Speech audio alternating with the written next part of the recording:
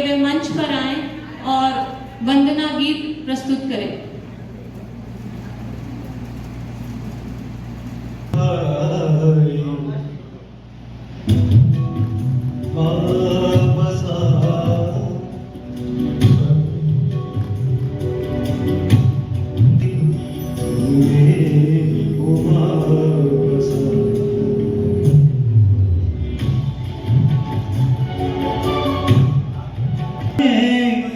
पैदा करने का जागृति जन क्रांति आंदोलन चला रही है।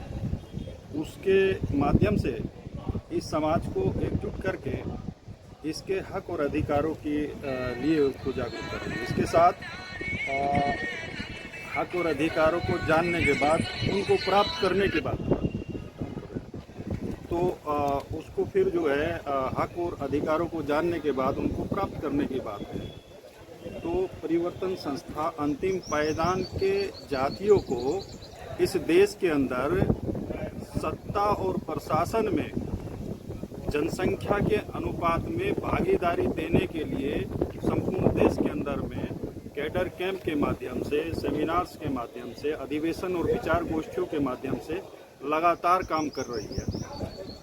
सर, ये अभी तक संगठन आपका कहाँ पर मतलब इसकी गठन हो चुका है? संस्था उत्तर प्रदेश में, उत्तराखंड में, राजस्थान के अंदर, पंजाब में, हरियाणा में और दिल्ली के अंदर, मध्य प्रदेश में, महाराष्ट्र में, लगभग पूरे देश के 12 स्टेट में अभी जो है परिवर्तन संस्था काम कर रही है। आपका शुभ नाम और पद?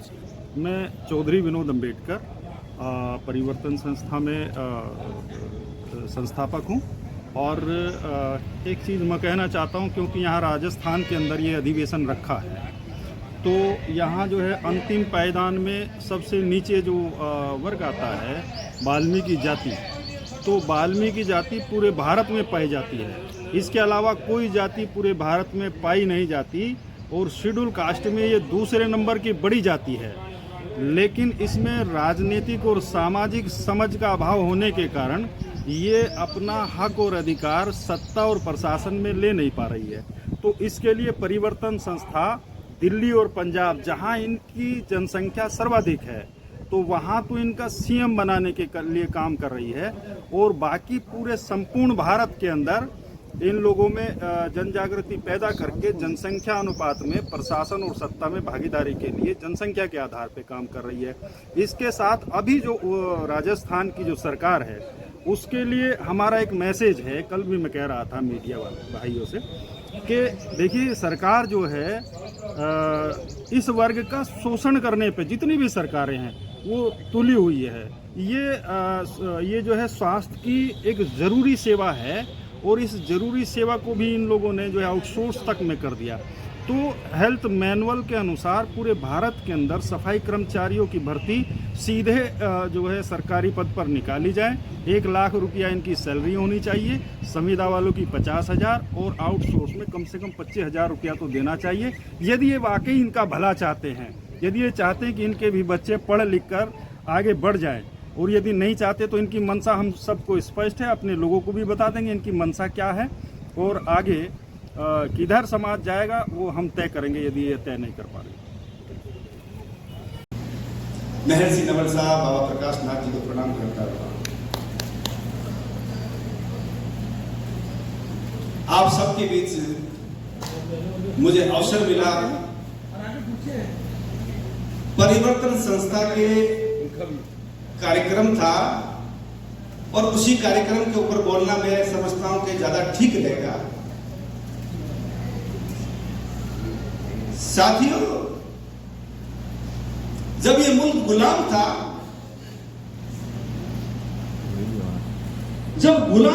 तब एक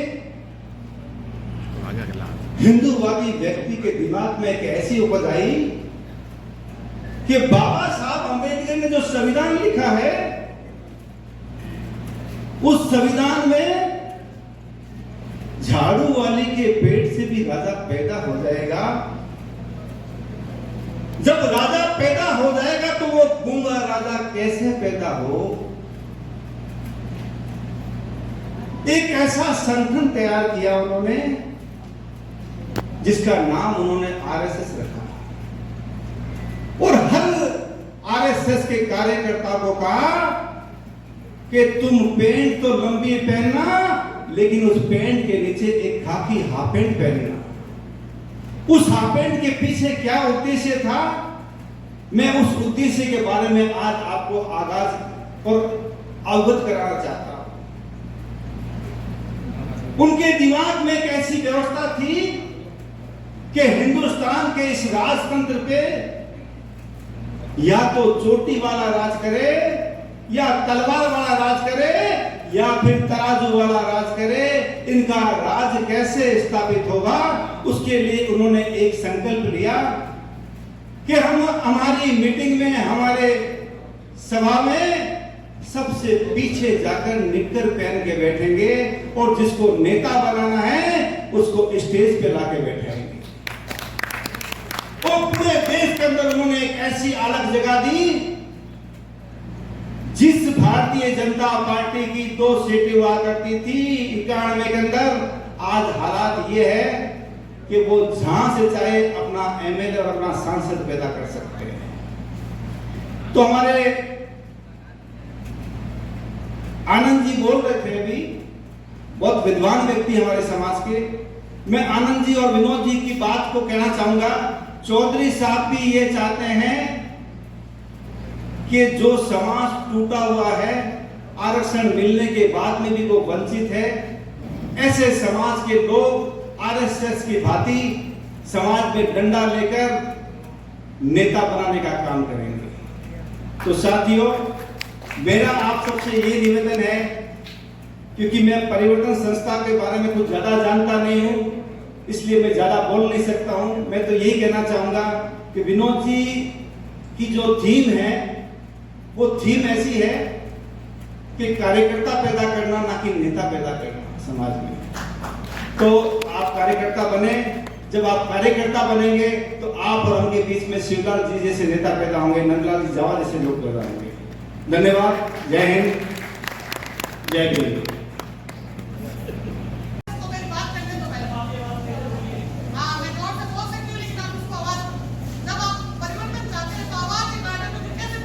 क्या बात है, वाह वाह, झंडा गाड़ दिया तो।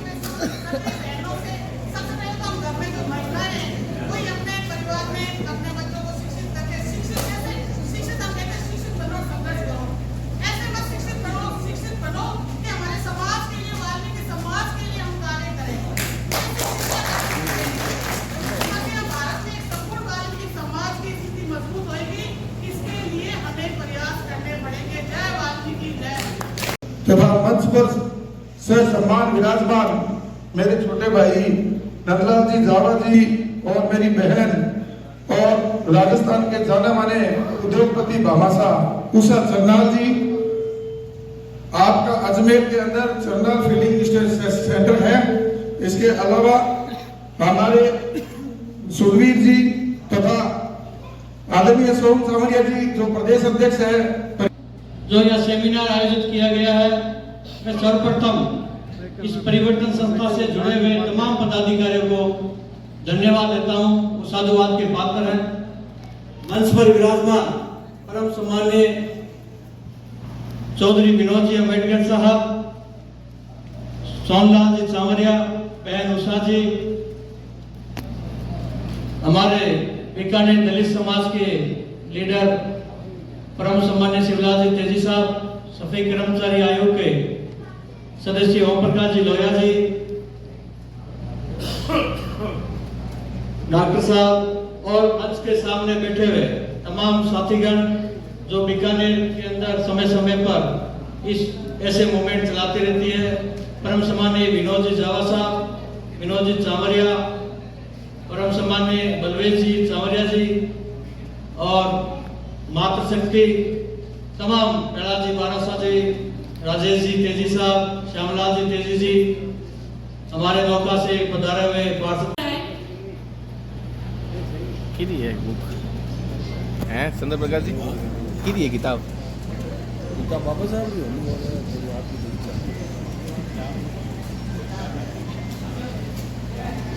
अच्छा श्याम जी, हाँ मेरे कलाकार आदमी।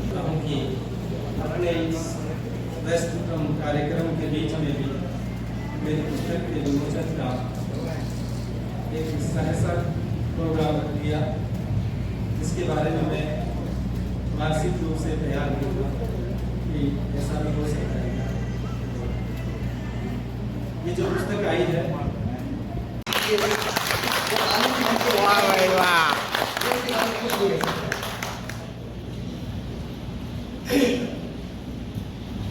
आदरणीय चौधरी साहब और मेरे आदरणीय मंच और मेरे सामने बैठा मेरा शोषित समाज और महिला शक्ति और समाज का भविष्य, बच्चे और बच्चे, इन सभी को जय। मैं सबसे पहले हरिजन संस्था को साधुवाद। महात्मा ज्योतिबा फूले भारत की राजनीति को नई दिशा देने वाले मान्यवर काशीराम साहब संतों और महापुरुषों में दीना भाना वाल्मीकि और भगवान दास सहित तमाम संतों महापुरुषों को नमन करते हुए